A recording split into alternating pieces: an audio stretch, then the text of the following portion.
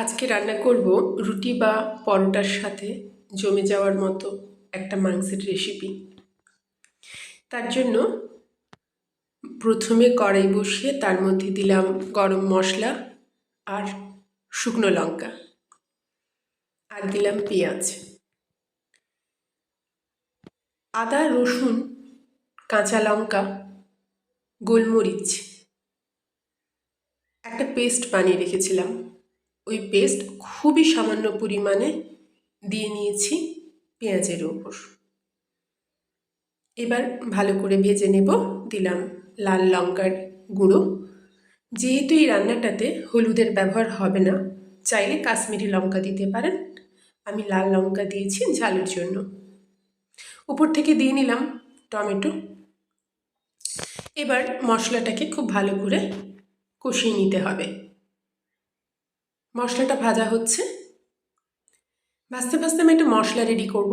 তার জন্য নিলাম আমন্ড, কাজু, পোস্ত, সর্ষে আর কাঁচা লঙ্কা। এবার ওটাকে ভালো করে বেটে নেওয়ার পালা। আলু কেটে ধুয়ে রেখেছিলাম, আলু দিয়ে দিলাম ওই মশলার উপরে একসাথে। আজকে আলু আমি আর আলাদা করে ভেজে রাখিনি, আলাদা করে ভেজে রেখে পরে মেশালেও হতো, আমি একসাথে বসিয়ে দিয়েছি। মাংসটা খুব ভালো করে ধুয়ে পরিষ্কার করে রেখেছিলাম।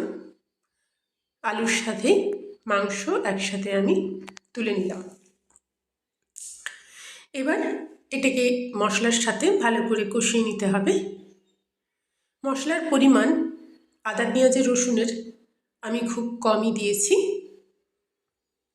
মাংসটাকে এখানে একটু ভাজা ভাজা করে নেব। এই রান্নাতে দই হচ্ছে একটি প্রধান উপকরণ, তাই দই দিয়ে নিলাম। দইয়ের পরিমাণ চাইলে আরও একটু বেশিও দিতে পারতেন। দই দেওয়ার পরে কাজু, আমন্ড, সর্ষে, পোস্ত, কাঁচা লঙ্কার যে পেস্ট বানিয়েছিলাম সেটা উপর থেকে দিয়ে নিলাম। গ্রাইন্ডার ধুয়ে দিয়ে নিলাম সামান্য পরিমাণে জল। এবার মাংসটাকে ভালো করে আবার কষানো শুরু করতে হবে।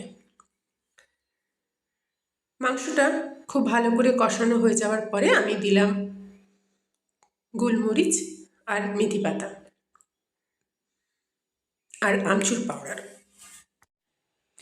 এবার আরও একটু লঙ্কার গুঁড়ো দিলাম। টেস্ট করে দেখলাম যে ঝালটা সত্যিই কম, তাই। যেহেতু কাঁচা লঙ্কা আমি দিইনি, আপনারা যদি কাঁচা লঙ্কা দেন তাহলে গুঁড়ো লঙ্কার ব্যবহারটা একটু কম করবেন।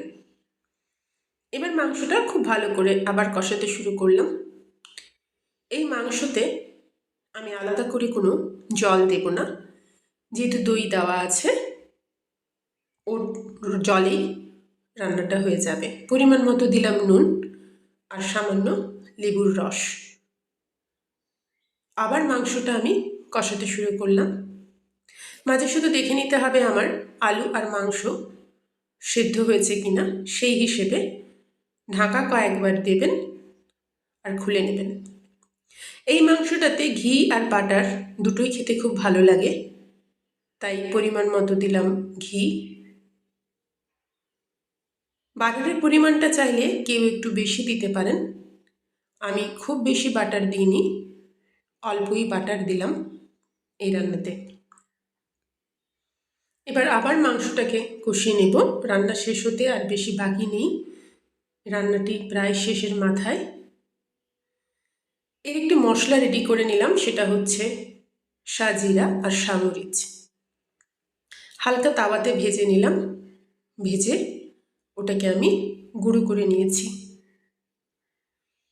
এবার এই মাংসটার উপরেই ওই গুঁড়ো করা মশলাটা দিয়ে নিলাম, আর দিয়ে নিলাম সামান্য পরিমাণে গরম মশলা।